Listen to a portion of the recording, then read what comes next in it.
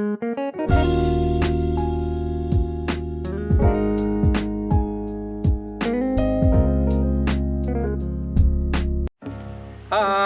Assalamualaikum warahmatullahi wabarakatuh. Jumpa lagi bersama kami, Kru TV Betung.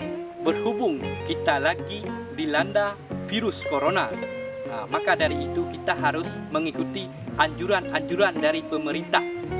Kami berharap kepada masyarakat agar mematuhi segala peraturan yang telah ditetapkan dan jangan sesekali Anda meremehkan, karena mencegah lebih baik daripada mengobati.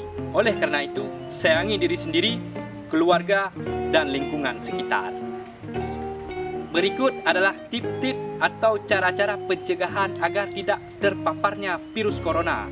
Adapun tip-tip tersebut, marilah kita ikuti.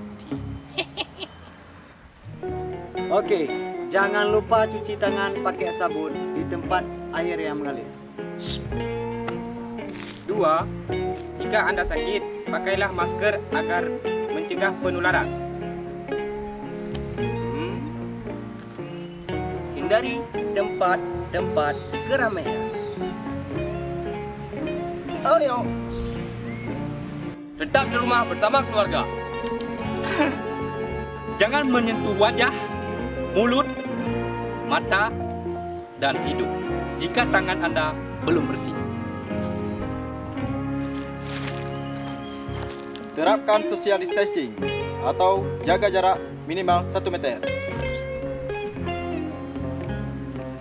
Jika Anda mengalami demam, batuk, sulit bernapas, segeralah berobat. Bek batat, bek tunggang, dan bek batu. Dan yang paling utama, berdoa kepada Allah, berzikir dan berselawat kepada Nabi agar virus ini cepat berlalu. Kita pun aman sejahtera. Wassalamualaikum warahmatullahi wabarakatuh.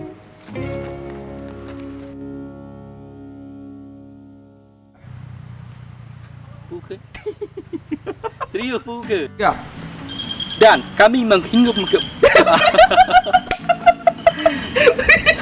Jika Anda mengalami demam, susah bernapas, sakit-sakit,